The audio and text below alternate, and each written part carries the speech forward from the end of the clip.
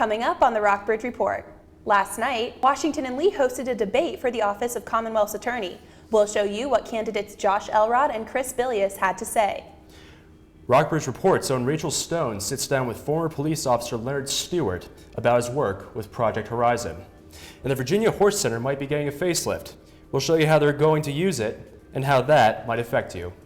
All that and more is next on the Rockbridge Report. Live from the campus of Washington and Lee University with news for Rockbridge County, this is the Rockbridge Report. Welcome to the Rockbridge Report. I'm Reed Gady. And I'm Kinsey Grant. Breaking news, House Majority Leader Kevin McCarthy has dropped out of the race for House Speaker, and it has thrown the House into a tailspin. McCarthy had been favored to replace current Speaker John Boehner, who announced his resignation last month. McCarthy's withdrawal came without warning in a closed meeting of Republicans who had met to choose their nominee. McCarthy's family was present. Boehner announced that he would stay in position as long as it takes to find a replacement. The two candidates running for the Rockbridge County Commonwealth's Attorney's Office debated last night at Washington and Lee's School of Law. They fielded questions for about 45 minutes in front of students and local residents. Mac Trammell has the highlights. The race for Commonwealth's Attorney in Rockbridge and Lexington got a little extra publicity last night. Candidates Josh Elrod and Chris Bilius took turns answering questions at a debate sponsored by the Journalism Department at Washington and Lee University.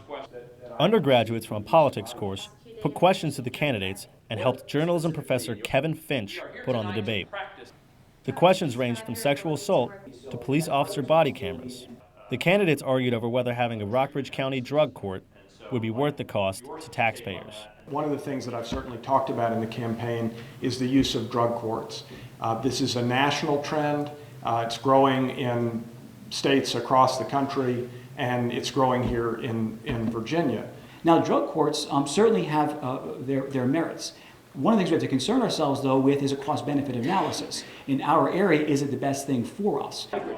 In addition, the two were asked to distinguish themselves from their opponent, a question that Bilius later said he felt he answered well. I had to learn how to prosecute. I don't think anyone can walk into this office as a Commonwealth attorney with having never prosecuted before and know what they're doing. It's not the kind of job you think you know what you're doing because you stayed at a Holiday Inn Express last night. Both candidates said that they were nervous coming in, but Elrod in particular noted that he eventually fell into a groove. I did feel like I got in the flow, and this campaign has very much been about issues that are really sort of near and dear to my heart. Both Elrod and Bilius took the opportunity to thank the university for having the event and said they were glad to see the general public show up for the debate.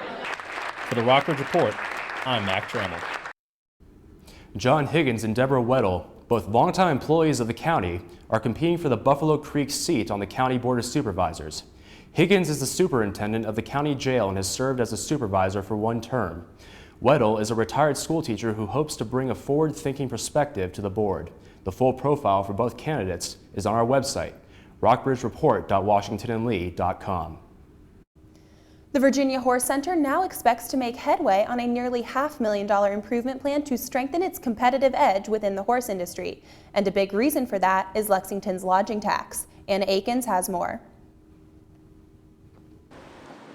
Last month, the Lexington City Council conditionally joined the county in extending a 1% lodging tax to be earmarked for the Virginia Horse Center for 3 more years. The lodging tax is levied on visitors staying in hotels and motels in the county and in Lexington. Lodging tax allocations to the Virginia Horse Center began in 2007 after a private foundation bought the center from the state through a loan financed by the U.S. Department of Agriculture. The debt on that loan was about $600,000 a year, and that was more than the Virginia Horse Center, which barely generates $4 million a year. That kind of debt service was catastrophic. So, in 2007, the city and county allocated 2% of the existing lodging tax to help the Virginia Horse Center pay off the loan. And last year, the city and county diverted an additional 1% of the lodging tax to continue to assist the Virginia Horse Center. Now the Virginia Horse Center anticipates receiving a 3-year extension of that earmarked allocation. By extending that tax, the Horse Center was able to get a loan for critical improvements and capital improvements and maintenance improvements that really have to be made here if the Virginia Horse Center is going to compete at the national level, which it once did. Improvements include infrastructure, maintenance of the arena's competition surfaces, repainting, and renovations of horse stalls, among several others. Last weekend, participants from all over the country came to the Horse Center to compete at an American Quarter Horse Association championship. Nicole Miller, entry number 727. Participants appreciate the center's quality facilities. A very nice facility to show in, good stalls, good safe stalls for the horses, a lot of warm-up areas. It's a good facility. Yeah, and me too. I really like the warm-up areas. There's plenty of place to practice and get your horse ready. And of course, this pen's wonderful to show in. The tax extension will cost the city nearly $160,000, but Nicholson believes it will give the Virginia Horse Center the means to become stronger than ever before. We've got a lot of catching up to do and then a lot of moving forward to do, and the extension of that transient fee for 3 years allowed us to do that. For the Rockbridge Report, I'm Anna Akins. The City Council has deferred final approval of the tax extension until its meeting on October 15th. The Virginia Horse Center has seen improvement since its near collapse in the past few years. It had its first clean audit in several years at the end of its 2014 fiscal year. It still owes just over $11 million of its near $12 million loan from the USDA. Nicholson admitted that the Virginia Horse Center still has a lot of room for improvement, but said that the tax extension will play a critical role in making it great again. A hearing is scheduled for October 20th for many of those involved with last week's drug roundup. Different numbers have been reported regarding the number of people arrested and indictments issued. But a press release from the state police 2 days after the roundup listed 79 individuals on 231 charges. State police say this is the largest roundup this area has seen in years. The CEO of Volkswagen's U.S. operations testified on Capitol Hill today about the automaker's emissions cheating scandal.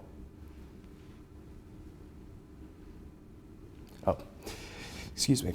Michael Horn blamed engineers of the company for the deceptive software that cheated emissions testing.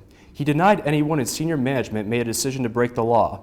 The German automaker had already admitted that its diesel cars were programmed to limit emissions when they were tested.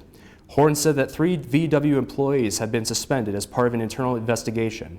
The EPA ordered Volkswagen to recall nearly 500,000 vehicles in the U.S. The company says as many as 11 million vehicles worldwide might be affected, and that it will start recalling diesel cars in January. Volkswagen has already set aside more than $7 billion to cover the cost of the scandal. On Thursday, prosecutors and police in Germany searched Volkswagen's headquarters to get documents and databases to get information related to this investigation. When we come back, our weather anchor Athena will tell you what to expect over the weekend. Dabney S. Lancaster is getting over $1 million for its Achievement Center. We'll tell you what that means for local community college students. And later, who might be next to enter the Rock and Roll Hall of Fame?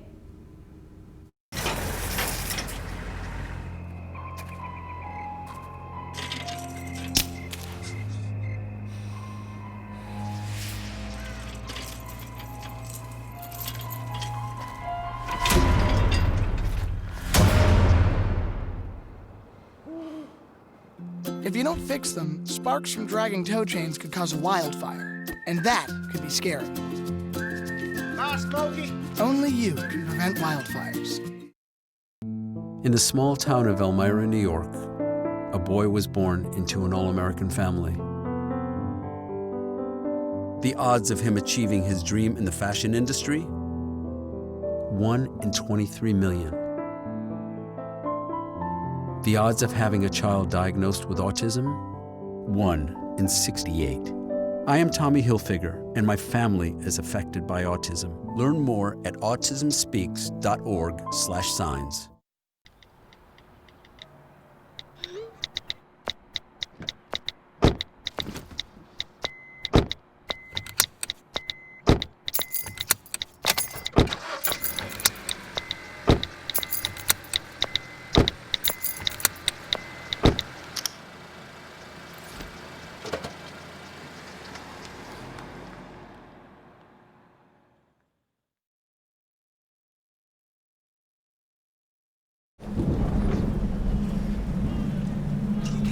this way. He doesn't even know that we're here. Is he okay? Please tell me he's okay. Laura. Okay, try to call him again. There's no signal. Try. Nothing's working. Well, just Everything's try. down. This is so bad. He's out there by himself. Make sure you know where to find your family in an emergency. Start your plan at ready.gov. President Obama has made clear his desire to increase graduation rates among community colleges. The Department of Education awarded Dabney S. Lancaster Community College a $1.4 million Student Support Services grant to help the Achievement Center reach that goal. The Achievement Center at Dabney S. Lancaster Community College aims to serve low-income, disabled, and first-generation students. The center's cornerstone is tutoring, but counselors also guide in course selection, time management, and monetary decisions. Director of the Achievement Center, Chrissy Cass-Stevens, oversees the grant's proper use. It is a 5-year grant. We were just renewed, and the new grant began September 1st. So we're going to go to to August 31st of 2020. So they're all 5-year grants. The grant money helps Cass-Stevens and the rest of the staff at the Clifton Forge campus and Rockbridge Regional Center to provide resources to encourage students to earn their associate's degree and then transfer to a 4-year college to earn a bachelor's degree. Students who use the program have seen visible results from the tutoring and guidance they have received. It is a safe environment that encourages their success. I usually come in here and I work my homework. It's like a nice quiet area. It's like more quiet than the library, which makes it easier to focus. This program's really good. I encourage a lot of the students that's just starting out to come here. If it wasn't for this program, I would not be passing school like I am right now, that's for sure. The center's staffers recognize the improvements made with the federal funding and are proud of what they have seen. But then overall, we do have, our success rate is very good. Our retention rate is much higher than what the overall retention rate is for the college, as well as our graduation and then our graduation and transfer rate. For the Rockbridge Report, I'm Katie Wilds. We've had a great break from the rain and cold temperatures this week. Can we expect more of it this weekend, Athena? Unfortunately not. We might have some rain coming in as soon as tomorrow, but let's just take a quick look at the beautiful weather right now outside. After a chilly start of the week, we finally got some sun.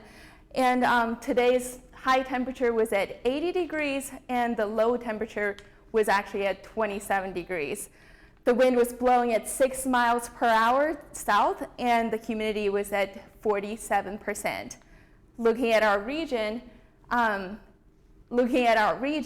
we actually have some really good weather throughout. It's mostly sunny and some areas are under more clouds than others.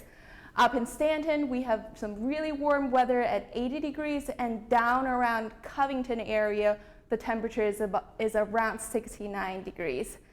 From the satellite, we can see that Hurricane Joaquin has moved away from the east coast, but we do have some water vapor coming in from the west coast, actually just the west area in general. For our 5-day forecast, we have a pretty good chance of rain coming in tomorrow and actually Saturday, about 50 to 60% chance of rain, and the temperature will actually drop down to about 60 degrees.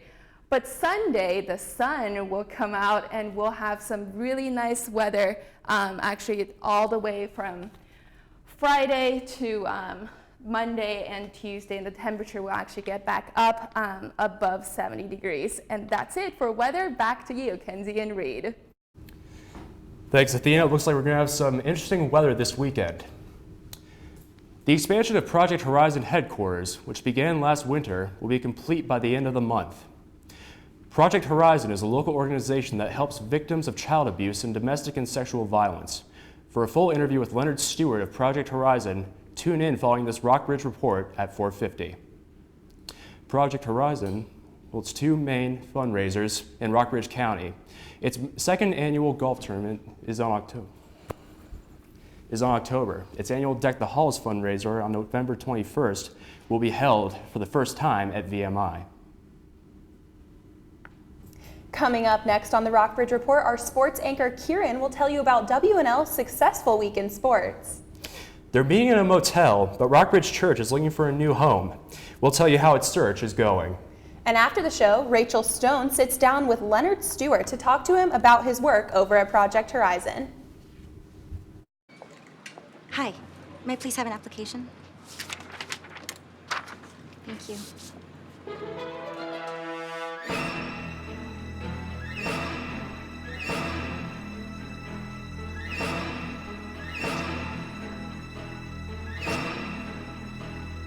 Skip the drama. Get your GED. Okay. Take that first step towards a better future and sign up for free classes now at yourged.org. If you store your guns properly, I'll feel safer when I'm playing outside. Safer when walking home. I won't have to tell so many family members. I'm sorry. I won't hear as many scary stories. And I won't have to tell my kids. This isn't a drill. Please. Please, do it for us.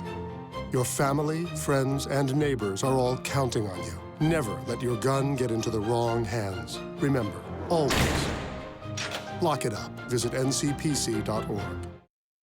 No more pencils, no more books, no more teachers, dirty looks. School's out for summer. What this place needed was better graduation rates. So we worked with schools like Henry Ford High, and now they're up 18%. To help us do more good this year, go to unitedway.org, because great things happen when we live united. If you want to be a parent, it doesn't matter how you play, what you wear, how you dance, or even what direction life takes you. You just need to be there.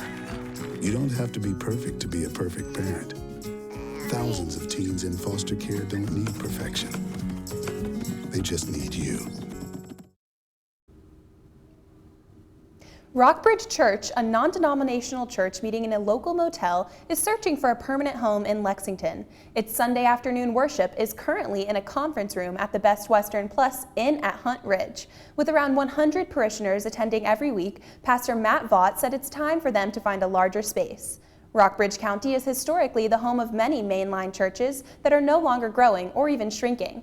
But Vaught wants space to accommodate his church's growing size and to provide easy access to parking and more opportunities for youth ministry. Several W&L students, VMI cadets, and high school students attend the service. The Natural Bridge Hotel and Virginia Conservation Legacy Fund have joined forces and are putting in a biomass electrical generator. The combined heat and power project will provide heat, hot water, and electricity while being fueled by sawdust, waste wood, and switchgrass. Despite the fund's recent financial struggles and $2 million of debt, they remain optimistic on moving forward. With us now is our sports anchor, Kieran McQuilkin, to talk with us about what is happening in our county in high school and college sports.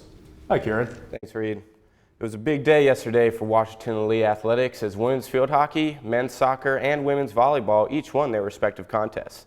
The field hockey team beat Roanoke College 2-0, and the men's soccer team shut out Hampton-Sydney also 2-0. The volleyball team won a close match on the road against Shenandoah University, clinching a narrow victory at 3-2. VMI football hosted out-of-conference opponent Bucknell University last weekend. The Bison were ahead 22-19 with less than 2 minutes left in regulation when the Keydets tied the game on a 40-yard field goal. VMI forced the game into overtime, but ultimately came up short as Bucknell's Matt DeMauro ran for a 23-yard touchdown to win the game. SVU's football team traveled to Wesley College last week only to drop a 59-6 decision to the hosting Wolverines. But a solid performance by SVU freshman defensive back Chris Owens earned him New Jersey Athletic Conference Defensive Rookie of the Week honors. Owens is the second leading rookie in the league with an average of 17 kick return yards and is tied for second with 3 overall interceptions this season. In high school sports news, Tristan Huffman of the Rockbridge County High School golf team will represent his team at the Group 3A state tournament. Huffman shot a 78 on a par 72 course at the regional tournament last week to secure his spot in the state tournament.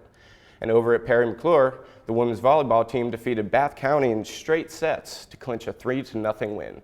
The Fighting Blues now advance to 6-11 overall this season. Back to you, Kinsey and Reed. Thanks, Kieran. Lots happening in sports this week. Many familiar faces are on this year's list of nominees for the Rock and Roll Hall of Fame. Singer Janet Jackson is nominated for the first time. This comes after she recently released her first album in 7 years. Other first-time nominees include Steve Miller, The Cars, Chicago, Chaka Khan, and Cheap Trick. Rap icons NWA are also on this year's ballot, along with Deep Purple and Yes. Fans can cast their ballots by visiting the Hall of Fame's website or rollingstone.com. The class of 2016 will be announced in December, with induction ceremonies scheduled for April. That's all we have for this week's Rockbridge Report. Stay tuned at 5 as Rockbridge Report's own Rachel Stone interviews Leonard Stewart about his experience as a police officer and working with Project Horizon.